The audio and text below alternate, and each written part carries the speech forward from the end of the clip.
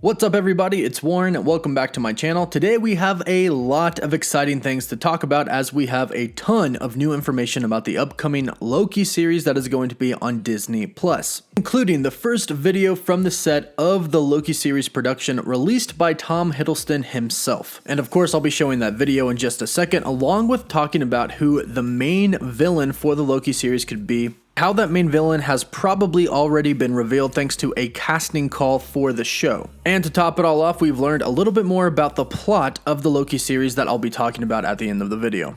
A ton to dive into and break down today. If you're new, be sure to subscribe with notifications turned on so you can stay up to date on everything relating to the MCU and so you can enter my giveaway for a chance to win an Xbox One or a PS4. And I'll talk more about the giveaway at the end of the video. So here's the video that Tom Hiddleston released just yesterday. Rolling, and 3, 2, 1, go. So of course, as you just saw, it's a super short clip, but nonetheless very exciting because it's the first thing that we've got about the Loki series from its production, and it was released by Tom Hiddleston himself. He posted this on Instagram with the title, "Prep is going really well, #Loki." Now whatever he's doing, whatever film he's prepping for, he obviously didn't stick the landing.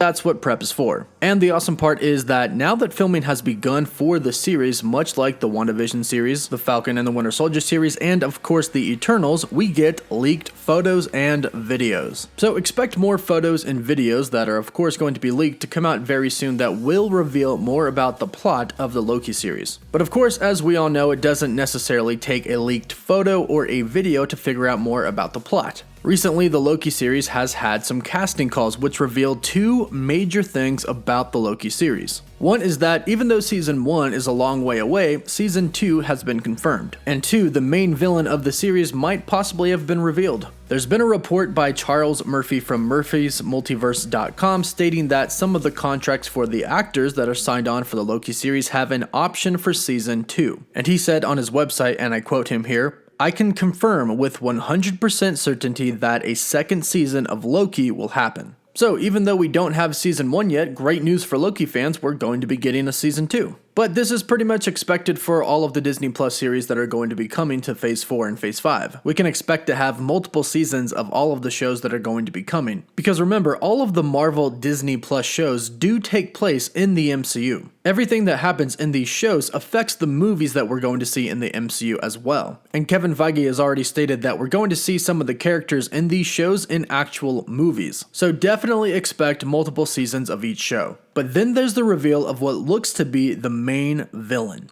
A recent casting call for the Loki series says that they're looking for a female who portrays Caucasian between 5'6" and 5'8" with blonde hair, and they emphasize blonde hair. Now, if you look throughout Marvel Comics history that involves Thor and Loki, there aren't too many females that have blonde hair. At least none that are of any significant importance to the Thor and Loki storyline that fans would be excited to see. In fact, there really is only one character that comes to mind, and she really is perfect to be introduced in the series, and that person is Enchantress. For the avid comic book reader, you probably know all about Enchantress, but for those of you who don't know, let me explain who she is, and why she's perfect to be introduced in the Loki series and then go on to be in Thor: Love and Thunder. You see, Enchantress is one of Thor's greatest enemies in the comics, and there are actually two versions of her, both of which tie into Thor and Loki. The first Enchantress goes by the name of Amora. She's an Asgardian and is one of the most powerful sorcerers ever, much like Loki himself. Now, of course, we already know that the Loki series is going to tie into Thor: Love and Thunder. And in Thor: Love and Thunder, we know that Jane Foster is going to be able to lift and wield Mjolnir and become Thor. And this is really important to know because in the comics, Enchantress actually has a connection to Jane Foster.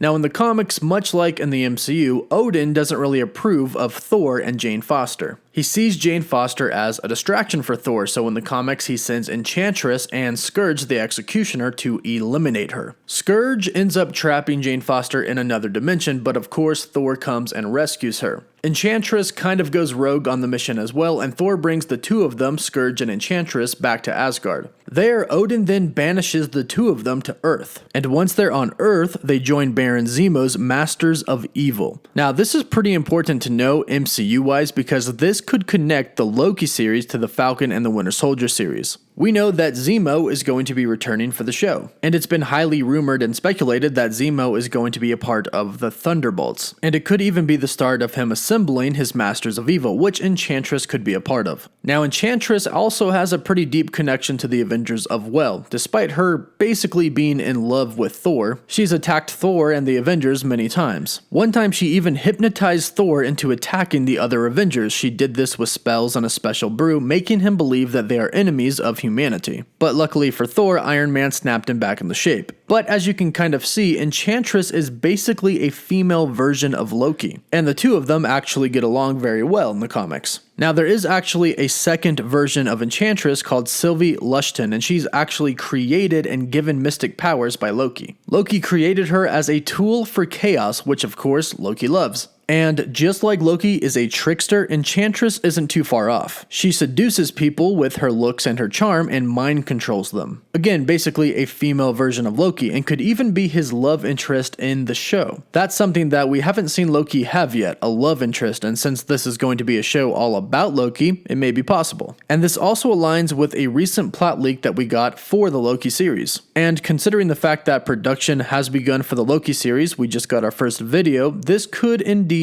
be real. So, if you are trying to avoid all and any possible spoilers for the Loki series, you should click away now. Now, if you're still with me, we actually know quite a bit about the plot of the Loki series. We know that it's going to take place immediately following the events of Avengers Endgame when the Avengers go back in 2012 and Loki escapes with the Tesseract. It's going to pick up right after Loki escaped. And we even have a logline that states, the Loki series follows Loki after the events of Avengers Endgame as the trickster uses the powers of the Tesseract to travel throughout human history and change historical events. So Loki is going to be traveling all throughout time in this new alternate universe that he created by escaping with the Tesseract. And according to fandomwire.com, they say that Loki will jump through the multiverse with the aid of the Tesseract and return to the current MCU timeline/dimension just in time for Thor: Love and Thunder. It's also stated that Loki is going to bring back Mjolnir into the main timeline for Thor: Love and Thunder. Now this means that somewhere along the line of the Loki series, Loki is going to have a serious change of heart, because the Loki that we saw in 2012 definitely is not worthy enough to lift Mjolnir. That means sometime during the series he's going to become worthy enough to lift Mjolnir because he's going to bring it back to the main timeline in Thor: Love and Thunder. But why would Loki bring back Mjolnir to the main timeline to give to Thor? Well, Enchantress could be the reason. Enchantress could threaten Asgard, after all she's done that many times in the comics before. And a recent plot leak, if true, gives us a little bit more insight. And this plot leak says that rumor has it that the series will actually follow the dead Loki narrating his trajectory. Much of the story will be the younger version of Loki, which means that Tom Hiddleston will not be the only actor to play the character.